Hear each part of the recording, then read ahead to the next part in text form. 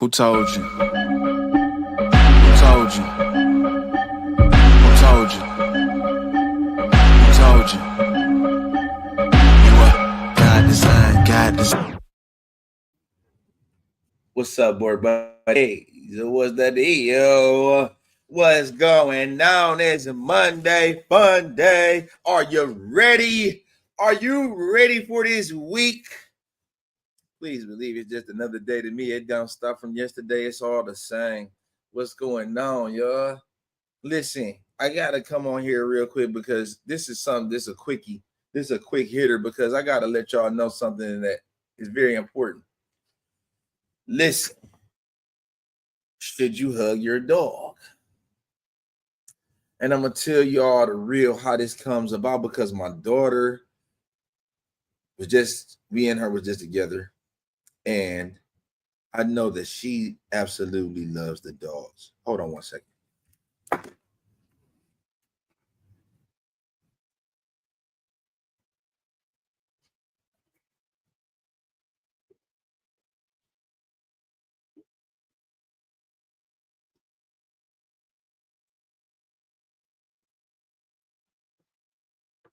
Yeah.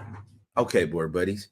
So today we're going to talk about hugging the dog. I want y'all to know how important that this is. This is something, especially when it comes to the Borble. Y'all know who I am, and if you don't know, I'm Jordan Pittman with Exotic Borbals, and this is the Borble Show where we discuss the Borble breed. I got to give y'all some very valuable insight. I got to give y'all some good information.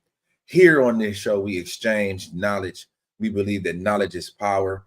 Our goal is to empower you through our experiences. We've been involved with the breed for the African Borble for 17. This is our 18th year, 2025. And this is about enhancing your relationship. This is about building you up, making you the best version of yourself that you could possibly be.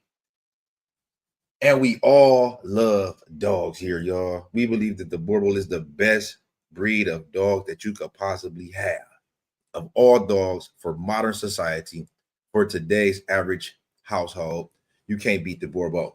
So we gonna talk about hugging the dogs because we all love the dogs and we love all of our dogs, but I don't think that it's understood how wrong that this is. You don't hug a dog, even if you love your dog. Don't hug your dog because guess what?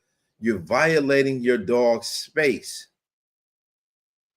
Okay, I'm gonna say that again. Dogs, if you ever watch dogs and look at dogs in the wild, their natural state as a wolf, if you look at the way that wolf packs interact, they're not doing a whole lot of physical contact. There's certain times and places for that, but they don't greet each other with open arms and come up and give each other a big hug and love and kiss.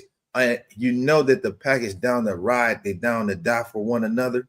You know that they love each other, but they're not expressing, they're not hugging and loving each other like that every single day. And I'm bringing this up because I got a daughter. I got 5 daughters. My daughter, every time she sees the dog, she's hugging on the dog, holding on to the dog, getting dog hair and fur all over her. And then she gets on my case. We have these different ideas. She's more of a pet owner. And I'm trying to educate her and I'm bringing her up to speed. And this is something that you can always come back to reflect on this. You can always go back. And these are my positions. These are my feelings. These are my thoughts. This is what I believe to be true. And it's not just me. This is also what works for my breeding program. I'm going to share this with you how it's a very specific way that you're supposed to touch a dog, and it's supposed to happen in a sequence. You don't just hug a dog and love a dog because, as a leader, your job is to understand your role as in control of all resources. So that means everything that is good to the dog, you're in control of it. You're responsible for it. You're the provider of it. Okay? Food, water, comfort, warm bedding, soft bedding. You provide all of those things. That is your role as the leader. And if you're just hugging on your dog, loving on your dog without these established, without this understanding that this is a resource, affection, then you could just be aimlessly, you could be aimlessly giving it up for the dog. One moment, pardon me. This is a very important call. This is my people. Hold on. Hello? Hey, walaikum salam.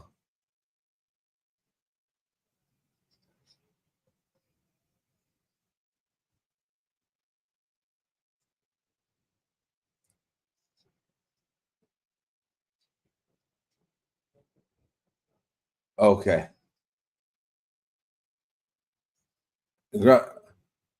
I'm on a podcast right now. I'm gonna call. I had to come. I'm gonna come up there. What time you leaving? All right. I'll be up there in a minute. Okay, I'll be up there in a minute. All right. Yeah. Okay. Hey, boy, buddy. Sorry about that. That was my people's calling by my. But like I was saying, I want everybody to. This is important because if you're not treating the dog like a dog, if you're not respecting the dog as a dog, if you're not interacting with a dog like a dog, then guess what you're doing? You're actually mistreating the dog. Okay. So if you may be miscommunicating messages, you may be getting off points that you might be making behaviors accepted that you don't want to be accepted. And if you don't know how you're doing this, how you communicate these messages, one of the ways that you do it is from praise. The thing that bothers me when my daughter gets around the dog, the first thing that the dogs want to do is jump up on her. Now, I don't want dog paws on my clothes, fur on my clothes, fur. I don't want dogs jumping on me, period. They could be jumping in, they could be stepping in mud, blood, feces, urine, no matter what. It don't matter. I don't want dogs jumping on me. Okay, that's not how dogs supposed to do it. And I'm putting this out for the record. It's for everybody. It ain't just for it's for everybody. This is what I feel to be. I wanted to just go down in history, my thoughts and feelings. I don't like dogs jumping on me. So then when the dog jumps up on my daughter, first thing that she does is hug the dog like she's a long lost friend.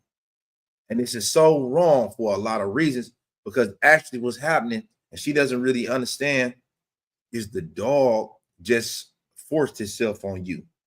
The dog just made you do what you, it didn't follow any commands, didn't follow any rules.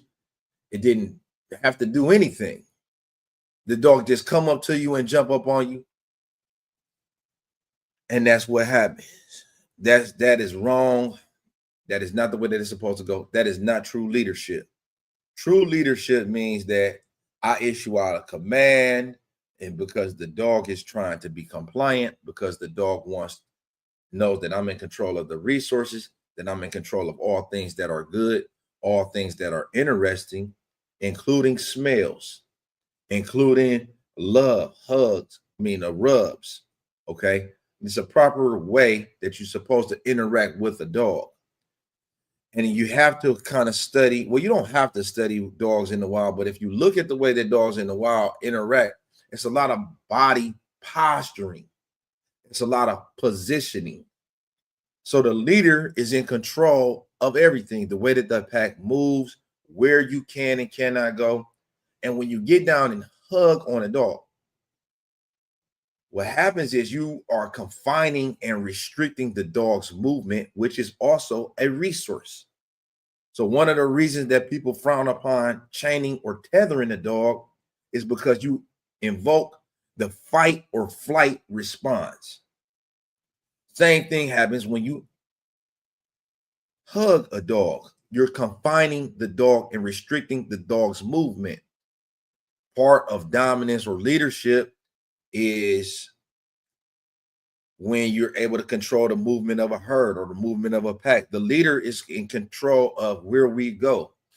The leader is in control of all the resources, all the things that are important, the food, the water, the warmth, which direction that we're going to travel in. And when you have a dog that's just being rewarded without having to follow any sequence of commands or order, it cheapens it, the relationship. You don't get your respect. And it's something that you don't want to overlook if you plan on having a great relationship with your dog. This leadership role is very, very, the way that the details is detailed, and it's not something that you're going to do in one day. You're not going to just train your dog. You're not going to just establish yourself as the leader. There's constant back and forth testing, trials, where the dog is going to kind of try to feel and see what can he get away with. And you, as the owner, your job is to be prepared. Your job is to be understanding that this behavior may occur. And if it's a behavior that I allow, then I'm going to encourage it. I'm going to set up scenarios where this behavior exemplifies itself. There we go. Thank you for that, Berto. Yes, the dogs and the humans do not speak the same language. Okay. I'm just trying to help everyone enhance themselves, enhance their relationships. This is important information, especially when you're dealing with a dominant breed of dog. We tend to want to cozy up and cuddle up with the dog, maybe sit down and nestle up in front of the fireplace. And that's cool. If that was with your friend, with your loved one, this is our love language. We spend time together. We're touching, we're physical, we're rubbing and hugging and loving. With dogs, it's not that way. That's not how you're going to earn your respect. How you're going to get your respect is by leadership. You're going to have a great understanding of what is important to the dog. So the dog is a nose-oriented character. You're going to lead with the nose. He's oftentimes, smelling things by you establishing what it is appropriate to smell, when it's appropriate to smell, where it's appropriate to smell, is a form of leadership. Controlling the where we go, when we go, how fast, what pace, when we're going to arrive, when we're going to leave, what time we're going to get back. That's a form of leadership. When we hug, when we touch, when we love, the things that you do in response, when in order to greet me, when you want to greet me, the way that you're going to do it, the sequence of events, the way that we're going, you're going to sit, you're going to come, you're going to get in front of me, you're going to do it in a respectful manner. That is a role of the leader. If you just allowing the dog to come up to you, run up to you, jump on you, and then your response is to hug the dog, love the dog. Now, the dog doesn't understand when his paws are dirty, when you got on your best Sunday dress, when you're going out and trying to step and be yourself. The dog doesn't, none of that means anything to the dog. I keep doing this. Every time I forget to do this. Sorry about that. Instagram. I'm going to catch y'all Instagram. But the reason that I say this, that is so important, because I control the dog so much with my voice, my tones. It's not so much the word that I'm saying, it's how I'm saying it, and it's at the time. It's timing, right? So I set up situations. So, for example, when I come out there, or when me and the dogs are getting ready to hang out, first thing that I'm going to do is start giving out orders, barking commands. Oh, man, thank you for that. I'm letting the dog know, here I come. Don't come up in my space. Don't violate my space. Don't violate my territory. Don't jump up on me until I give you the green light. Until you back up, sit down, and be in a calm, submissive state. I'm not going to deal with you if you're acting all jumpy, if you're acting all hyper and excited. We're not going to be friends. The only type of mind state that I want to encourage is calm and smooth and relaxed and laid back. Observe it. I want you to be looking. I want you to be paying attention. I want you to be not just reacting off of an impulse. Don't jump up on me.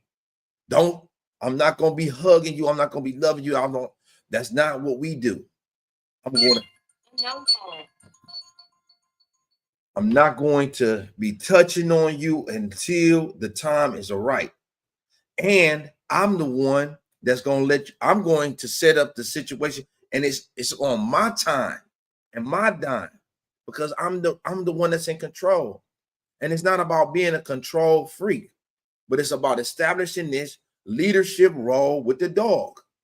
Once this leadership is established, we can have a great relationship.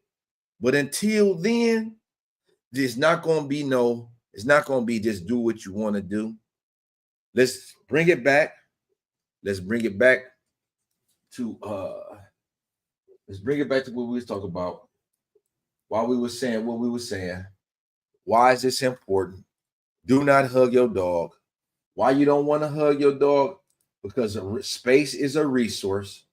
Okay, space is something that the leader is in control of.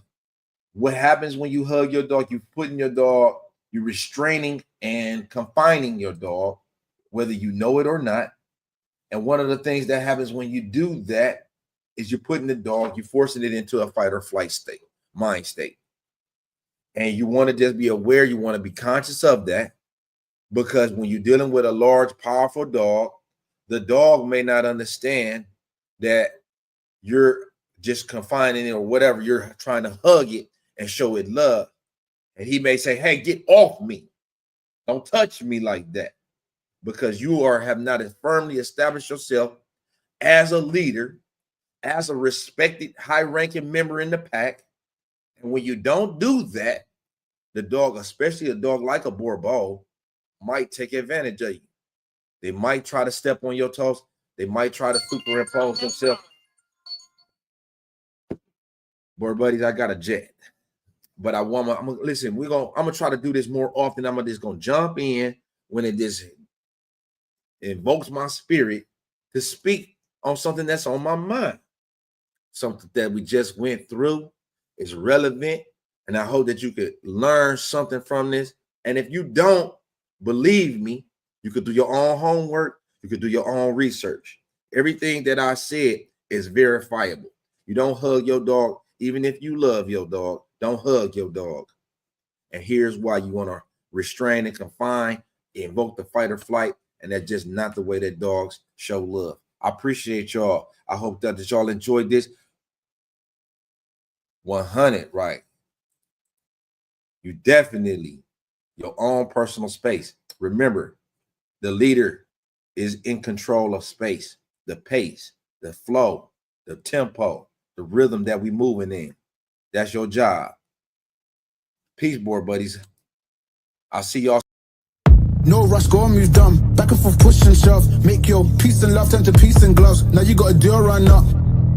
No rush, go and move dumb. Back and forth, push and shove. Make your peace and love turn to peace and now you got a deal run up. Old gang, old man, old school, young jam.